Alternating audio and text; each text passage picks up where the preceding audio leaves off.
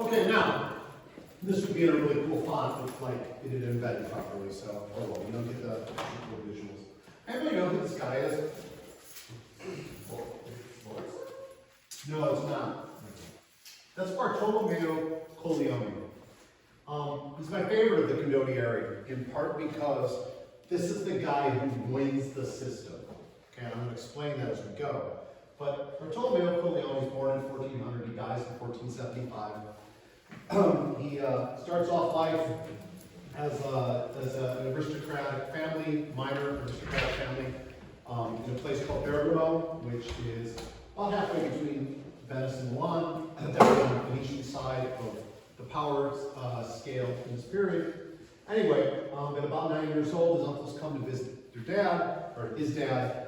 They kill him and take control of the castle. He has to escape. Goes on to study under the two principal military leaders of the Condottieri in the mid-15th century, Sforza being one of them, merges their systems, eventually becomes the captain general of all Venetian armies, builds a palace that actually is quite famous, not for its size, but for the quality of the paintings in there, all done by a famous Renaissance artist known as Mantegna. Creates a school to educate girls. He only had daughters, and he did not want them to be treated like second-class citizens, so he creates a school to educate girls and only girls. And he also creates a fund to create dowries for girls who don't have dowries. And he gets Venice to build him a statue. This is one of the first bronze equestrian statues since the classical era that are to scale. And to put it in the Piazza San Marco, which everybody, including the Doge, doesn't get to have a statue in the Piazza San Marco. That's almost what happens. Before they finish the statue, he dies, and they figure, he's dead. So they actually put it around the corner, and it's about a 2-block walk from the Piazza San Marco, which is where it's been ever since. Which is also what happens when you work for Venice. You should always watch the fine details in the contracts. Okay, now the reason I bring this up is that was a quick run-view of a minor aristocrat who becomes very successful as a mercenary and dies of old age. Very few of the people we're going to talk about or the system get to die of old age. The Condottieri, anybody here not know what a Condottiero is? Great. So the term, and we're going to go into this, but before I start hitting the slides, Condottieri are mercenaries. Italy is very different from the rest of Europe in this period. It's far more urban, far more educated, far more literate, and it is also city-states, right? And so we'll talk about how the system arrives, but it simply means contractor. Exactly the same thing we call mercenaries today, right? No, we never say that we had mercenaries in Iraq, we had contractors. Well, that's what they were called here too. It comes from the term condotto, which means contract. And these were the guys who fought the Italian wars of the 14th, 15th, 16th centuries. They are most remembered to military historians for a long time because of Machiavelli talking about how all of Italy's problems was because of them. Because since they were professional fighters for money, they had no reason to ever see the wars come to an end. So he says they fought these bloodless battles that were indecisive. We'll talk about whether or not Machiavelli's telling the truth. But if you study Italian martial arts, these are the guys practicing. Some of these men become rulers of city-states. Some of them inherited city-states. Some of them were the sons of fishmongers. Some of them were the sons of horse ranchers who became dukes. There is a level of social flexibility and upward maneuverability in the rules of the Condottieri that was impossible anyplace else in Europe. But it tells you a lot about the culture of late medieval, early Renaissance Italy. That's why it's called blood, betrayal, and cold hard cash in the Quattrocento. Quattrocento means 400s, which is what they call the 15th century. I always get asked, well, what if you're talking about like the actual literal 400s, what do you call it? Quattrocento. It's one of the vagaries of Italian. Okay, so that's another story. Let's see if this works. Okay, Italy is the birth of the Renaissance. So, Roman Empire collapses, and the Italian peninsula immediately starts to break into a combination of kingdoms ruled by German invaders, and then some cities, like Venice, which was basically where a bunch of Romans fled into a swamp, and there was a trade port there, and they slowly built a city around it. So some of these cities are very much a fusion of Germanic and native Romanic culture. Some of them were always pretty Romantic. But what ultimately arises out of that is this weird patchwork of city-states and like little tiny kingdoms. Now the main thing to remember though is that because of that, it's always urban. It's not like southern Italy, which becomes much more of a traditional European feudal kingdom. And so there is no idea that there's a rebirth of the towns. The towns don't go anywhere, right? What does change though is that there's this weird thing that happens where these nobles, these Germanic nobles who come in, little by little the cities start to organize and realize we have all the money and all the power. And so the aristocratic members of the cities slowly start to kind of take power more and more away from the rural nobles until again the city becomes the ruling power. Sometimes that's a single person, sometimes it's a council, but so the cities become kind of the lords. And then of course, because of where Italy is, it becomes this network for trade between East and West, right? The Silk Road begins and ends in Italy. The spice trade begins and ends in Italy. And so the Venetians create this trade empire that becomes the rival to the Byzantine Empire. The Byzantine Empire is destroyed by the Turks in the 15th century, but primarily because, of course, the Venetians lead bankrupt the Fourth Crusade and then say, well, we'll pay for the whole crusade if we make a quick pit stop in Constantinople. And they overthrow the Byzantine emperor and create a Venetian hegemony there for about 200 years. So anyway, the other power in the Mediterranean are the Genoese, and Genoese ships manned by Genoese crossbowmen become merchant marines for basically everybody heading into the Holy Land. Okay. So now, we're going to talk about republics, Italian style. And so you've got this idea of the rural nobles are driven out. You've got these collections of petty nobles or just wealthy merchants, and they want a new government.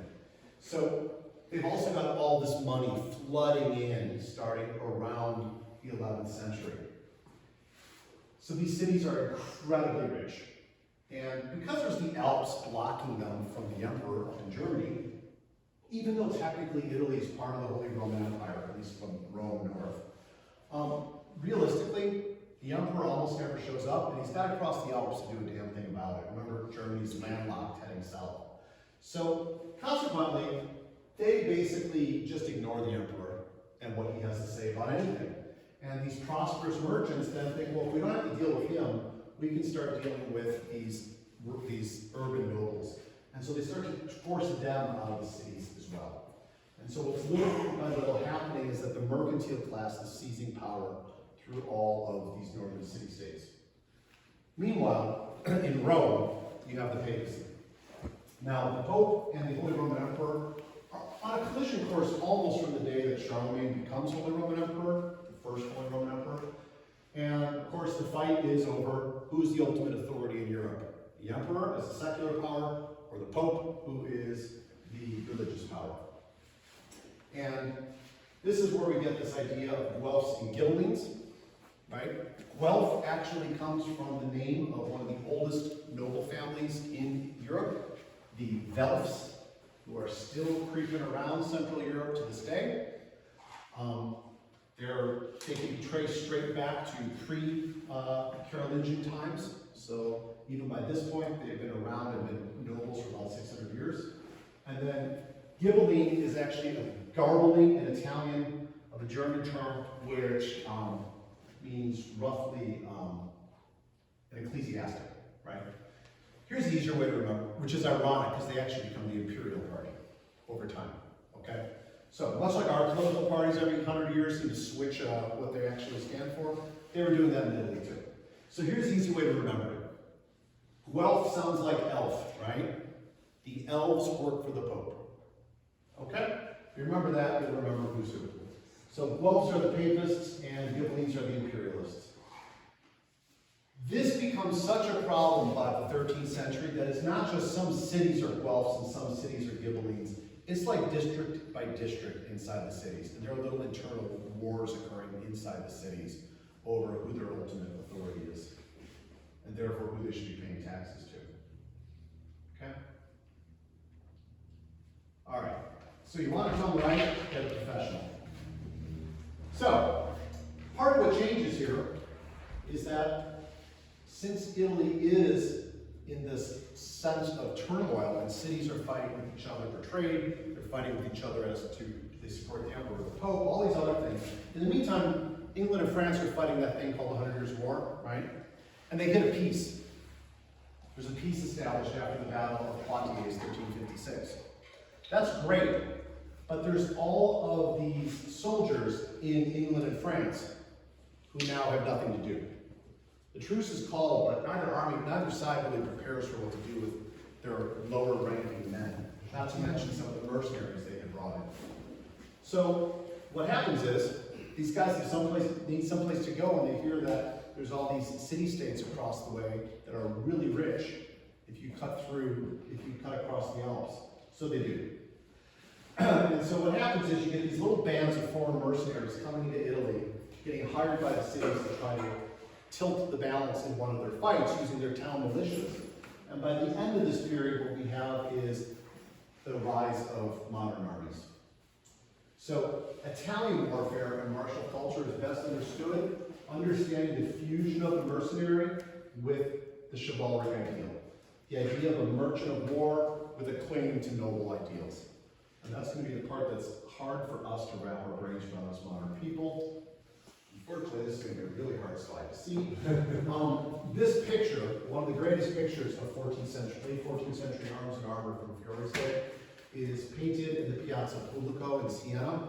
It is the naval battle of naval victory of Pope Alexander III. He's not there. That is on a wall that is larger than any of these walls in here. So those figures are each about this big. The room itself is on 4 walls, right? It's painted across all 4 walls.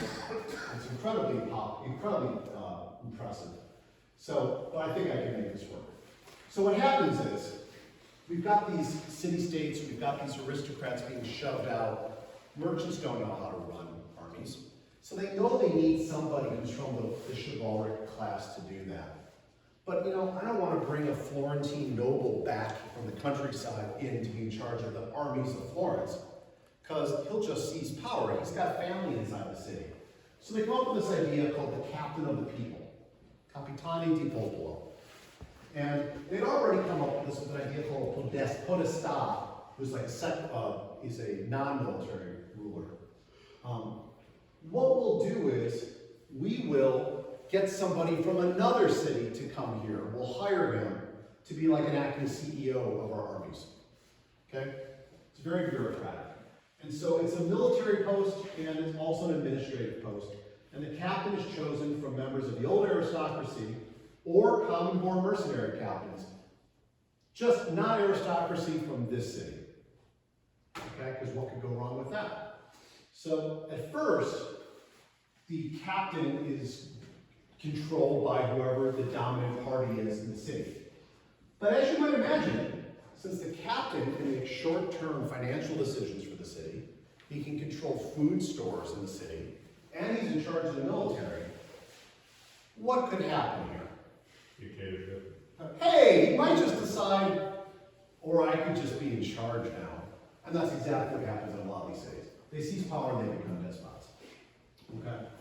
And eventually they're like, well, I'm ruling just like the old count, so I guess really I'm a count. Now, believe it or not, and some of them are nobles and some of them aren't, but because of this, these guys are really part of the reason the Renaissance actually happens. Because now you've got to justify that you are really a count, right? Instead of the son of, a horse rancher. So how do you do that? Well, you become a huge patron of the arts. You start rebuilding the city, you expand the walls, you build a public library, right? You do all these other things. And by doing that, you start to look like a nobleman. And then, of course, the even better thing is you conquer the little cities around you and make them pay you tribute. And now your city's even wealthier, and your people are suddenly perfectly happy and content. At least that's the idea. Now, before this, what they had were militias. Urban militias ran for about 300 years. in the High Middle Ages. Each city had one. It was under the command of the rural aristocracy, and the lower classes and its subject territory served as infantry. Upper classes served as knightly cavalry. The interesting thing is that much like the Athenians in the classical era, the more you had, the more you were considered to have a stake in the city's welfare. So the more you were required to do. You were required to own armor, you were required to own a horse. You're required to pay for the armor and weapons of lower class people. You're also required to serve, no exceptions, except for age. So, and if I can't, say I don't have a leg, well, it's not very useful sending you here. Then I have to pay for you to take my place. So the more you had skin in the game you had, the more you had to pony up for the city's defense. They trained on Sundays, and they trained every month for a weekend out of every month. That should sound familiar to some of us here, right? And they were pretty well suited to defending the city because they were a pretty well-trained city defense force. By the way, cool thing is that in this period, the cities had a cart that would have the city's battle flag and its honors and its heraldry. And so that cart, the carroccio, became kind of the rallying point, and it was about control of this cart, okay? And that was a carryover from the late Roman period. Now, what tends to happen though, as things go on and all this money's flooding into Europe, as I said, the spice or the blood must flow, right? At some point, it starts to occur to them that these wars are getting bigger and lasting longer. And you know, I'm not really a soldier, I'm a goldsmith. And if I'm away from the city, no goldsmithing gets done, okay? And if I'm a banker, no banking gets done. And so they start to realize that this is falling apart. Because the bigger the states, the bigger the violence. The bigger the violence, the longer the campaigns. And so, of course, what starts happening is more and more wealthy townsmen start coming up with excuses why they can't show up for military duty.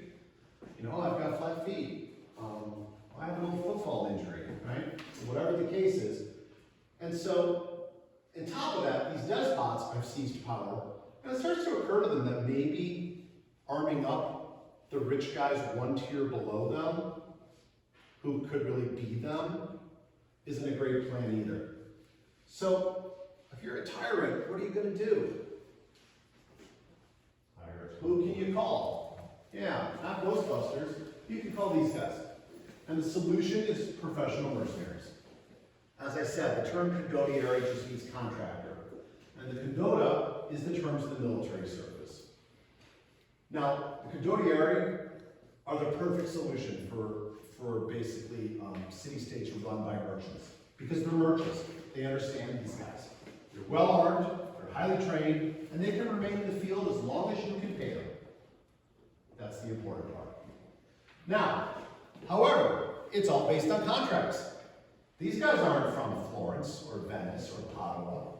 So you can imagine, as soon as that contract is fulfilled, or a breach of contract has occurred, gee, bummer for you that we're still in the middle of fighting Venice, and Venice's army's parked outside, but you didn't renew the contract, and Venice is willing to pay 50% more than you are. So now we're switching sides. Oh, by the way, we're inside your city. Okay, so that's the downside. And the less savory captains sometimes pulled shit like this, especially if it looked like things were going south. And we'll talk about why you do or don't do that if you're Condottieri. But so the first of these guys appear in the late 1200s, and by the mid-14th century, this is the system of warfare in Italy. Okay? Damnable Tedeschi. If you don't know what Tedeschi means, it means German and Italian. The early companies. So, most of the first Condottieri were not Italian. They were Germans and Spaniards. And obviously, they would refill the bulk of their rank with native Italians. There were little bands. The term in French is actually routiers in this period, which basically means highwaymen. So they were one step removed from bandits led by petty knights. And initially, I don't think anybody really realized what was changing or happening until the Grand Company shows up, right? And the first of these was led by a guy named Werner von Urslingen, in the early 1300s, and he creates the Great Company. And all these things at this time are just called Compagnia di Ventura, adventuring companies, right? And so the difference in the Great Company was that it had a law code that specified everything. It told you how many people to be a knight and paid as a knight you had to bring with you. It told you what gear they had to have. It told you what you had to provide versus what the company would replace if it was lost. It told you how much you got paid. It told you how much you got compensated if you lost a body part while fighting, much like the later piratical codes. So it covered everything. And it was essentially an internal state unto itself and how it was organized. And because of that, all these little Compagnia di Venture start merging with it. And it eventually has 3,000 barbute, which is what they call a unit. A barbuta was comprised of a fully armed and mounted knight and a more lightly armored mounted sergeant, and then a page to take care of their horses. So this new threat becomes, or this new company becomes a serious threat to city militias, and the Italian states have to respond. Basically, initially, these urban militias try to fight and they just get destroyed, right? Because it's a town militia versus a professional standing army. Many of whom, like I said, have been fighting in the 100 Years' War and have been, fighting constantly on and off for the last 10 years. So this is the guy who moves to defeat it, and Lorenzo Visconti, and I'm going to just give you an example real quick of what one of these companies was like in this period. So this is the equestrian statue of Mastino della Scala in Verona.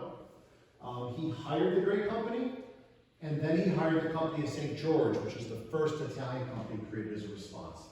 And this process is what leads to creating this Condottieri system that lasts for another 200 years. Lorenzo Visconti is a member of the Visconti of Milan. He's a nobleman. He is a minor member of that family. And he is a trained knight. He's a known military commander.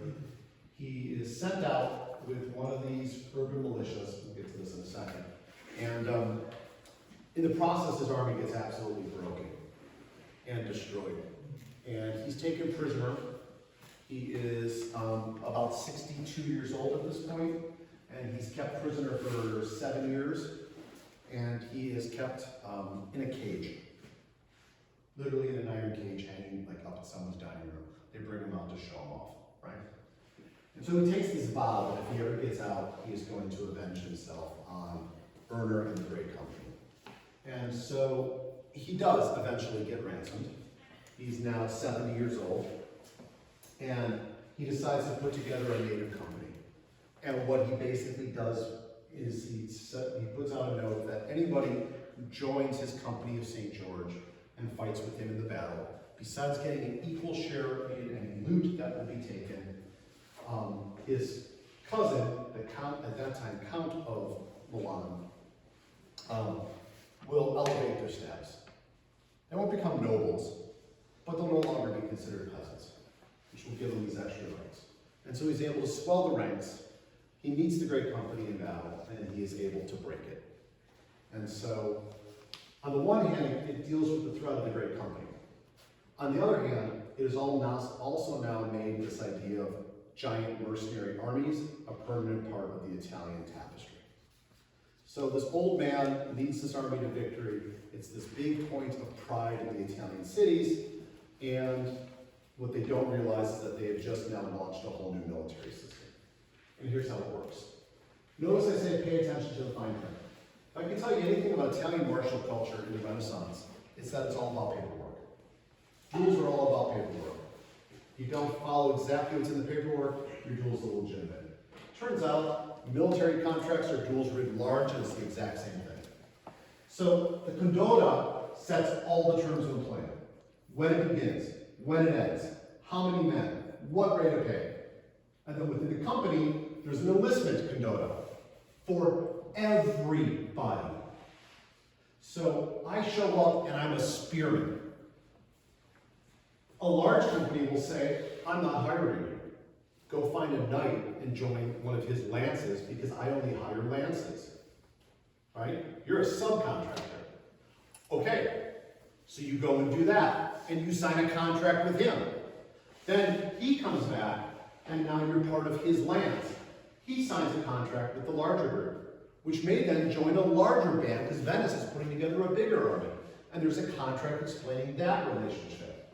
And each of those, as I said, describes everything from rate of pay, acquired equipment, share of loot, injury pay, which is incredibly detailed, mustering out pay, and then the penalties for failure to comply.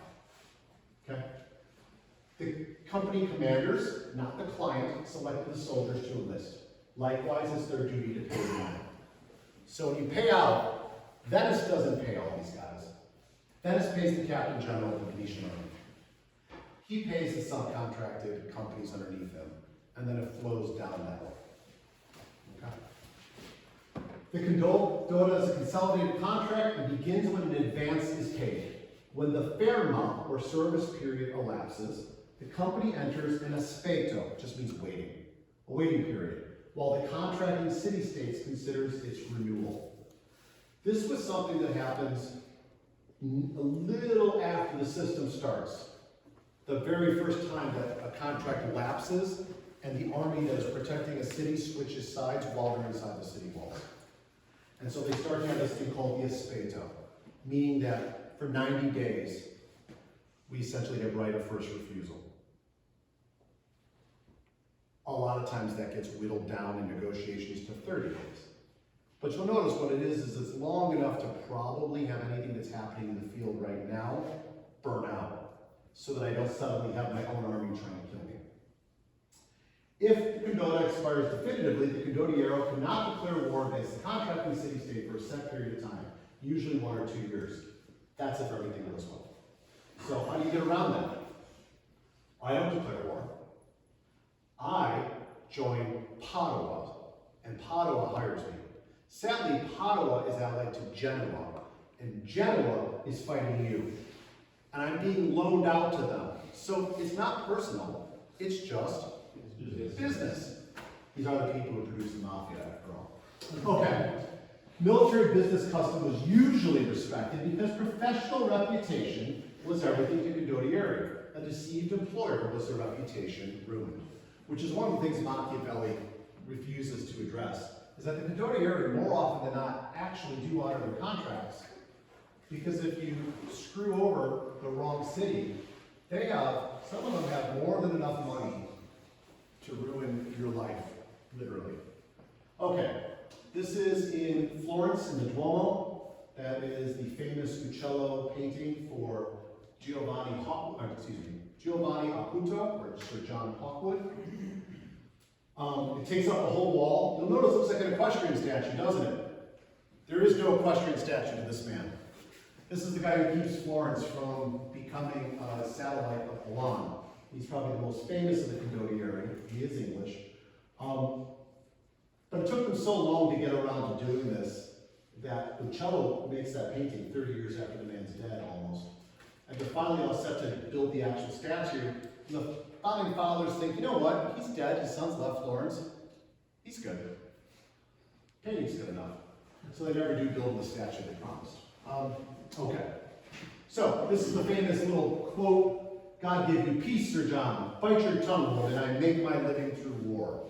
Statement attributed to Sir John Hawkwood upon his entrance in Florence after his famed retreat over the Adige River. I actually hate talking about Hawkwood, but it's inevitable in this period. It's not that Hawkwood's not cool, it's that everybody talks about Hawkwood because he's English, and we all speak English as our mother tongue. But he is a major figure in the history of the Condottieri. So, because, like I said, we got our old man Landrizio, right? In the meantime, the great company, now ruled by a guy named, or led by a guy named Landau, not ruled, isn't so great. In 1362, the company is completely defeated by an army of English, French, Burgundian, and German mercenaries, led by John Hawkwood, 1320 to 1394. That's because in 1356, we have the Battle of Poitiers, and there's a truce declared the next year in the 100 Years' War. And so Hawkwood starts putting together this group of basically middle and lower class soldiers who have nowhere to go. Hawkwood is not of the knightly class. He was I actually forget what his family's trade was, but he's from the trades. And he was knighted, he was originally a commander of archers, and he was knighted during the 100 Years' War.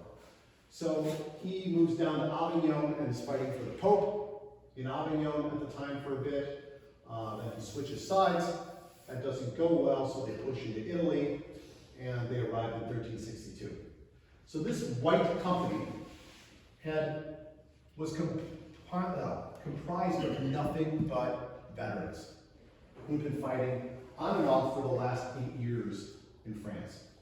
And so as they come in, they also have a group of English longbowmen, which have never been present in Italy before, but who do have experience because of the wars in France, fighting Genoese crossbowmen, who were merchants or mercenaries in France. So they bring this new organization called the Lancia or Lance, which replaces the Barbuda, and it has the knight and sergeant mounted on heavy war horses, plus a groom mounted on a lower quality horse. 5 lanciers form a posta, a position. 5 positions form a bandiera or banner. And basically, for about 30 years, Hawkwood and his army dominates Italian military affairs. First working for the Pope, then the Milanese, then the Florentines. And it shows that this is now the new system of warfare, because everything is about a response to Hawkwood. Now, what happens? Along the way, he bankrupts Siena, destabilizes all of Tuscany, reduces Pisa, which was the wealthiest city in Florence at the time, in west central Italy, to a permanent client state of Florence. And he also makes a small fortune for himself and his family. Okay? So, this is, that's right, Taylor.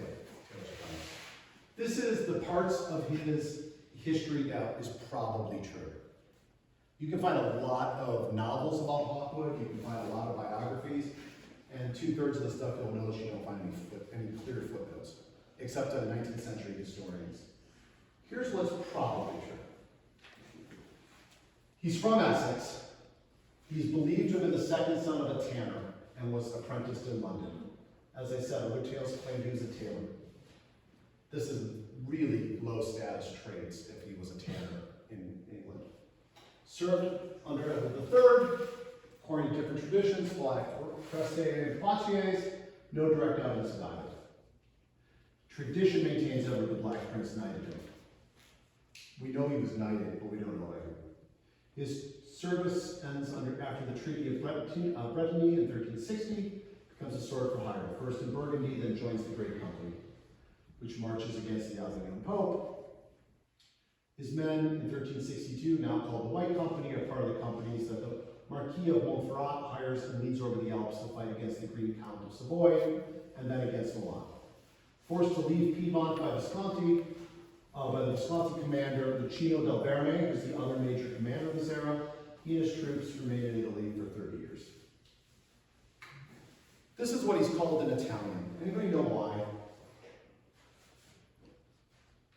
There's no H in the Italian language. And of course, Romance languages always end proper nouns in a vowel. So if you're Italian and you're trying to say Hawkwood, it becomes Ukwood. It's almost impossible. It becomes Okudo. This was the closest sound they could make to his last name. So Giovanni John Hawkwood, Akuto. Okay? So, my friend Sean Hayes, who I do a lot of work with, when he and I went to Italy, some of the Italians had a terrible time to this day saying his name Hayes, and it becomes Ayes. So he is Sean Ayes. So, yes. All right, so he's our little Giovanni Acuto. So here's his little history in Italy. 1364 for Pisa against Florence. 1369 for Perugia against the Pope. 1370 for Bernardo Visconti of Milan in his war against an alliance of Lombardy and Tuscan cities. 1372 again for Visconti against Hawkwood's former employer, the Marquis of Montferrat. He resigns his command, the White Company moves to the service of the Pope. He eventually, remember there's 2 popes in this period, he eventually fights for both of them. And then in 1377, he returns to Milan before finally taking this extended contract with Florence in 1380. So, just hitting some of the touch points so I can get to the other fun, non-Hawkwood guys. This just gives you an idea, though, of how much this dude who wandered across the Alps from England was able to achieve for himself. In 1390, he's made the Captain General of all of Florence's forces. And after successfully halting John Galeazzo Visconti's bid to make himself king of United Lombardy and Tuscany, he gets basically a pension for life, right? Because now they want to make sure no one has to fight against him. Here's what else happens. Florence makes him a citizen. Richard II, back in England, hears that this Englishman's done all these amazing things, so he names him ambassador to the Roman court. Not bad for a tanner's son, right? Hawkwood dies in 1394. He's buried with state honors in the Duomo. Shortly afterwards, Richard II asks for his body to be returned to his native England, and his son delivers that body and moves there. I can only think, having spent his life growing up in Florence, he must have been horrified once he got to England. Anyway, ever the savvy merchants, within a year of his death, Florence starts reneging on the various endowments promised his widow. Slowly repossess her lands and most of her sources of income, eventually forcing her to follow her son to England, a land she'd never seen. I bet she was even more depressed. So, as good as his word, but willing to make a fast buck. So, Hawkwood does not win all these battles. But the one thing that he does do is he's scrupulous about contracts. And so, for example, while fighting the Pope against the Florentine alliance, he makes a separate arrangement with Florence, that he gets paid for, not to attack them or fight them directly for 6 months. He made so many similar deals with Plague Week in Siena that the city was bankrupted and never recovered. Their cathedral is unfinished to this day because they were building the largest cathedral in Europe. Between first the plague and then Hawkwood, they ran out of money and never finished it. In 1377, it basically paid him protection money, right? In 1377, after capturing Cesena in the name of Gregory XI, the city is ordered sacked by Cardinal Robert of Geneva. This guy is an SOB. We could do a whole lecture on him. Despite Hawkwood promising them mercy. So Hawkwood is so upset that he cancels his contract because he'd given his word publicly. He refunds the money that he's still owed, and he takes service with Milan. So, not because he's a nice guy. I don't even think he cared that the city was sacked, except that he promised them they wouldn't be if they surrendered. And that makes him look like the bad guy. The White Company's reputation was built upon the fact that his men were far less likely to desert than other mercenaries. And he grew richer than many other Condottieri, buying estates of Romagna and Tuscany.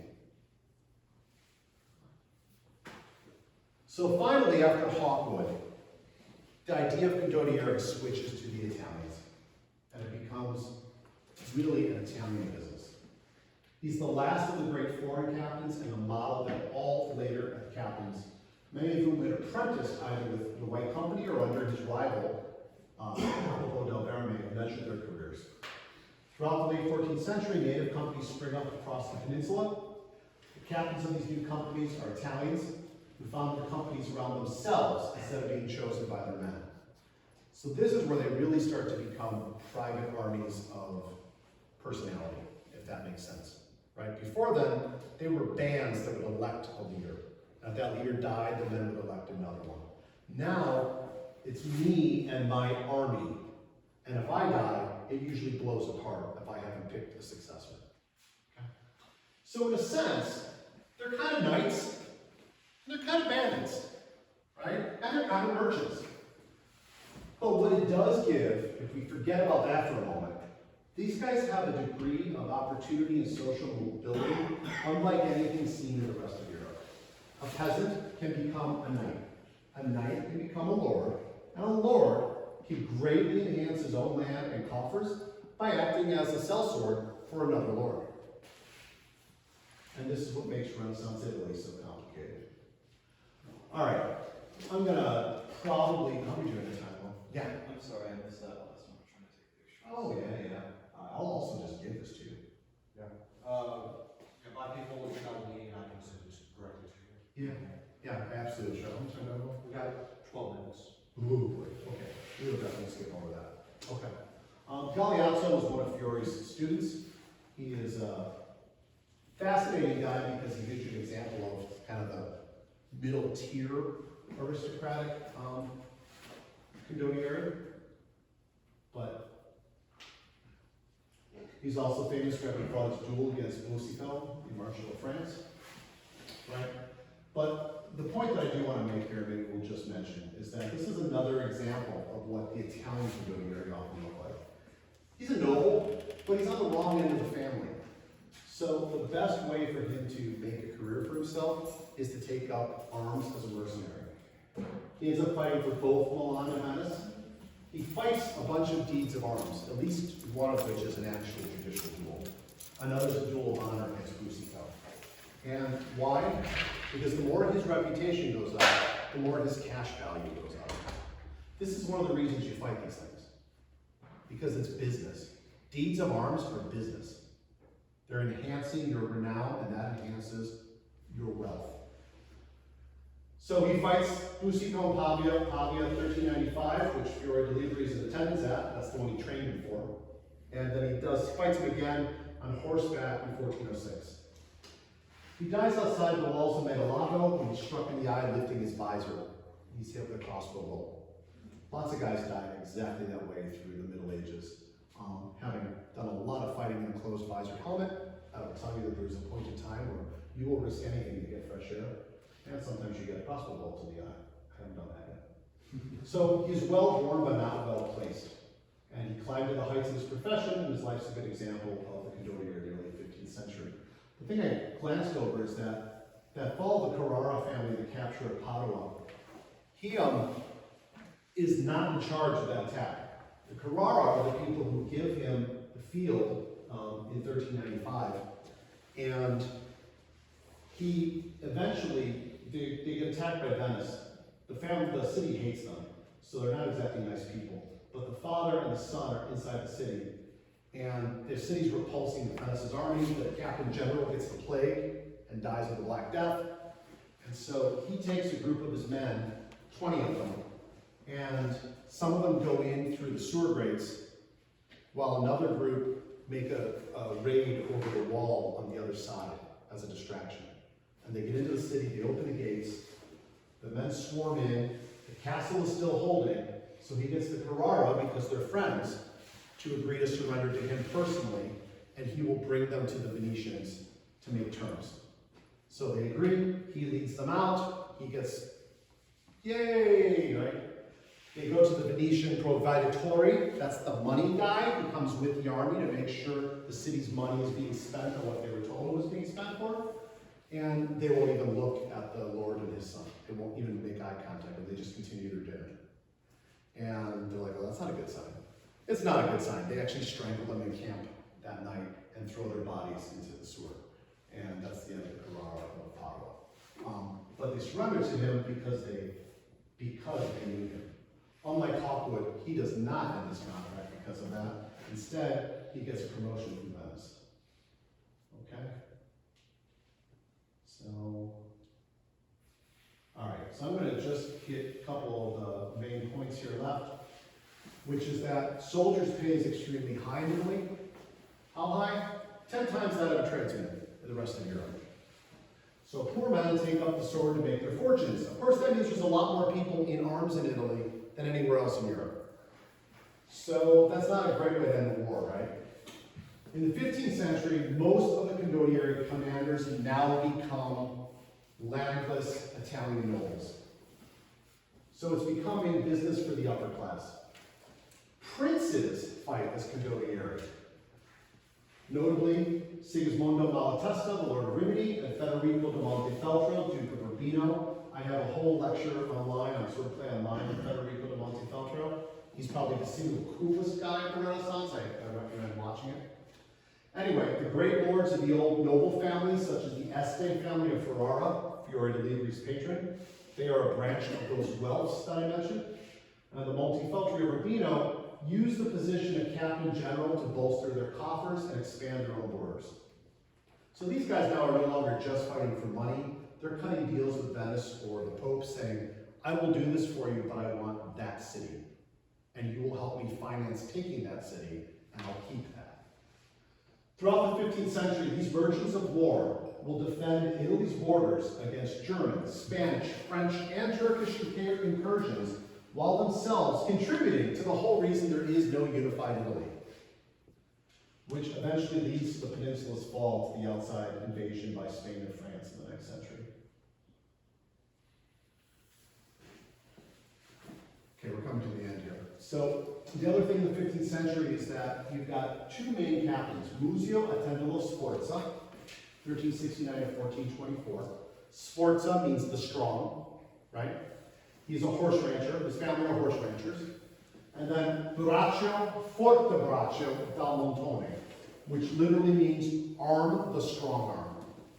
Okay? And you can see they die in the same year, they're a year apart in age. Sforza had served under a previous famous condottiero named Alberto da Barbiano, and he favored these carefully planned campaigns to try to solve everything in one battle. And his argument was, look, I'm being paid to do this. I'm not going to just keep whittling my men down pointlessly. So I'm going to make you waste your city's supplies. It's very similar to how early modern warfare, like the 18th century, fought, right? Destroy your supplies, cut your supply train, force you to give battle, and then break you in one battle. So the deployment is a mass assault. Dal Montone, on the other hand, focuses on the ability of cavalry to be many places at once.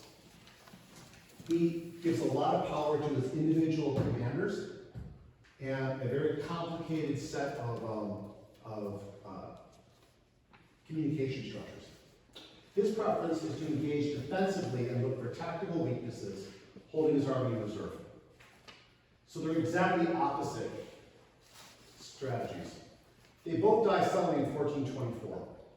One of them, Sforza, is crossing a river in a retreat, and his horse throws him while he's wearing all his armor, and that pulls him right down to the bottom. The other one dies of illness. But pretty much from now until the mid-16th century, when the system ends, everybody refers to themselves as using sforzeschi or bracchesi tactics. Would Bracchesi tactics be close to Napoleonic tactics in the way he perceived himself? Yeah, that's actually a great way to put it, right? If, in a sense, sforzeschi tactics are almost like English 18th century tactics, right? Of weaken the supply chain, force.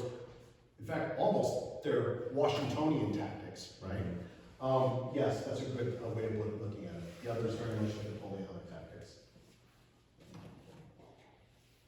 Okay, so Muzio Attendolo Sforza is the guy that I mentioned.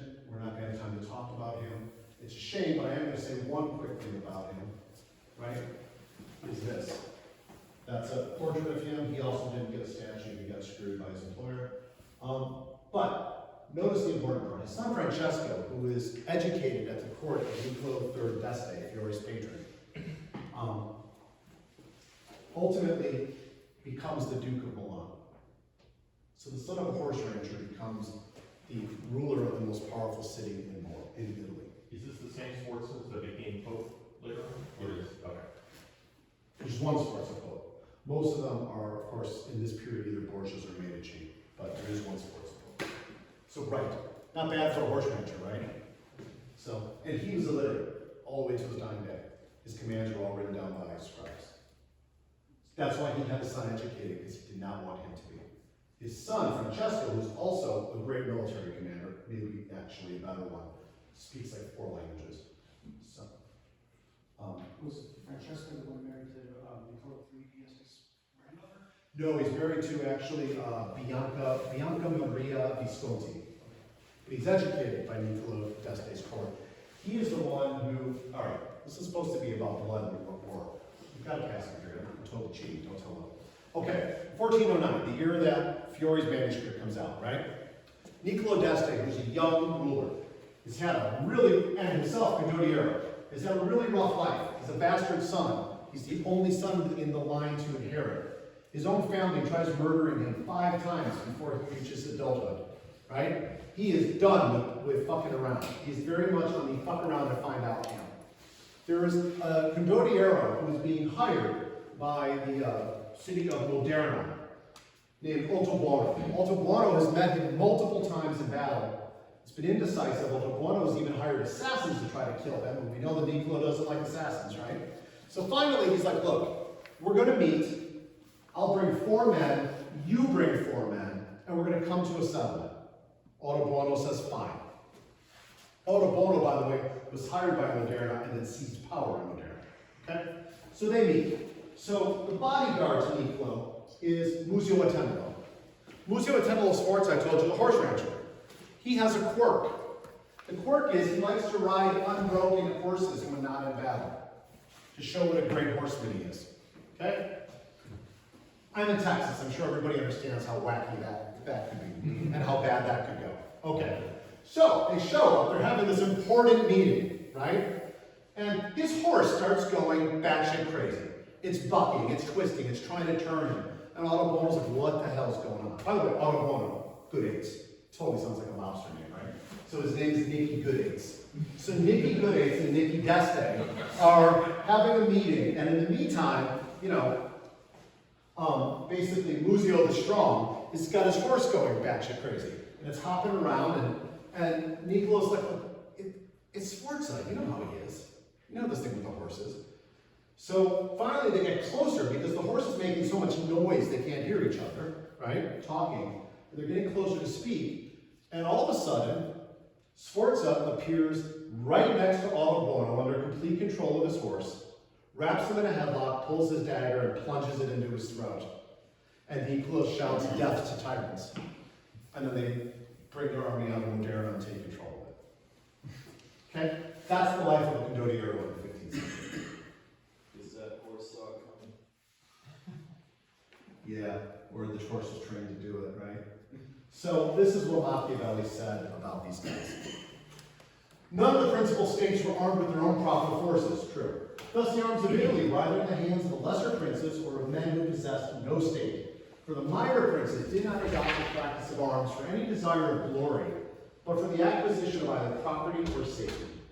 The others, those who possessed no state, being bred to arms from their infancy, were acquainted with no other art and pursued war for emolument or to confer honor upon themselves. And historians have just taken that as face value, especially the West, ever since. So, you know, is that true? There's definitely certain truth to that, right? Defending your country with nothing but mercenaries didn't turn out so great for Rome, 1,000 years earlier either, by the end, right? Bloody warfare is, you know, it's bloody in that sometimes these guys won't fight decisive battles because they don't want to waste their army. So wars do drag on and on and on. Sometimes it ends in riots. So the system isn't perfect, and in 1494, where first France and then Spain both invade Italy, some of the Condottieri go to fight for them because they don't really realize the scope of what's coming for them. However, just 7 years earlier, Condottieri armies shattered the German Landsknecht and the Swiss infantry, who were considered the best soldiers in Europe, and it wasn't even a close battle. It's a complete wipeout. They also could do things with their equestrian forces that nobody else in Europe could do. They had mastered the use of heavy cavalry at a time that Europe was convinced that cavalry was no longer even useful, except as a support force. Small Condottieri forces had driven out multiple Hungarian invasions of the Kingdom of Naples over 2 generations, repulsed the Turks, something that France, Spain, and the Empire could not say, and had basically kept foreign control of a completely fractured peninsula as an impossibility for 200 years. So, I don't know that Machiavelli's entirely right. I think the part he misses is that the nature of Condottieri combined with the nature of Italian city-states meant that what they couldn't do was unite Italy. The system was exactly designed not to do that. And in fact, if maybe Hawkwood and Florence had failed to repulse Visconti, it may have been better off for Italy because it would have been the United Kingdom in 1392 instead of in the late 19th century. So, what's really more, I think, appropriate to say is that the very cynical mercantile nature of the republics of Venice, Genoa, and Florence, and the ambitions of the Pope basically guaranteed that no matter what you did, you were not going to unite Italy in this period. So the Condottieri weren't the problem, they were really the symptoms. Okay, and then we'll just end by looking at this slide. This is really the last of the great Condottieri. You know, Bolognese, Spencer's like to talk about all the guys who come after this guy, but the truth is the system is collapsing by that period, by the mid-16th century. There's some very good captains.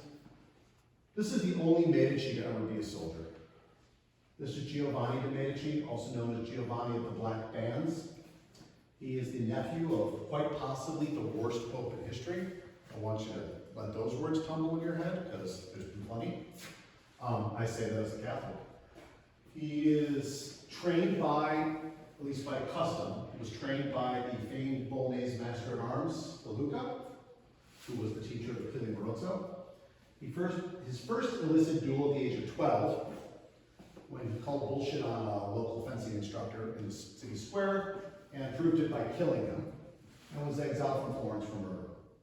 He was a student of the military theories of Machiavelli and the best friend of the poet satirist Pietro Aretino, and his premature death at the age of 27 signals the end of the age of the Condottieri. There's a funny story about Machiavelli meeting with him in Florence, and Machiavelli seeing him conduct the troops with his theories. And Machiavelli asks, "Can I do it?" And he says, "Sure." So Machiavelli starts shouting out orders, and some guys are going this way and some guys are going that way, because Machiavelli doesn't know what he's doing. And Giovanni tells him, "Just keep writing books." So, anyway, he's killed. He is the only figure who can unite Italy because of the wealth of his family, his fame, the military victories he keeps pulling off. But his uncle is very jealous of him, so he keeps sending him on suicide missions. And he has his leg shattered by a cannon blast. They are able to repair it. And then 2 years later, it is shattered again, and they have to amputate it. And he gets gangrene and dies of shock and blood loss. And Aretino writes a letter to the Pope telling him, because of your cravenness, Italy will bleed for hundreds of years and will never be healed. And which is exactly what happens. He was buried in his armor in Florence. That armor was, when his tomb was opened in the 1920s, was taken out and is on display at the, it's in Florence, at the Stewart Museum. You can see his suit armor that was on his corpse for 400 years. And then his son Cosimo becomes the first Grand Duke of Tuscany. So, ironically, he's from the minor branch of the Medici. They eventually take control of Tuscany, but notice only Tuscany, because Italy does remain divided from there on in. By the way, 6 months after his death is the sack of Rome, which is one of the bloodiest incidents of the Renaissance. And then this is just the last epilogue, is that the system doesn't totally die in Venice. You can tell these guys are dressed like 18th century people, but this control continues on both with the Ottoman and the Janissaries, and that later on by the Venetians continue to use the Condotto system to create mercenaries to basically continue to fight the Turks. And you can see that all the way as late as 1686 to 90, there's an army of English, German, and Italian mercenaries fighting for the Venetians against the Ottomans. That should be right. So, it's a system that has, depending on how we count it, a 200 to 350 year run. Okay? I encourage you to look up some of these guys' biographies. I could have just done a lecture on their bios. They're really hot lives. Most of them do not end well.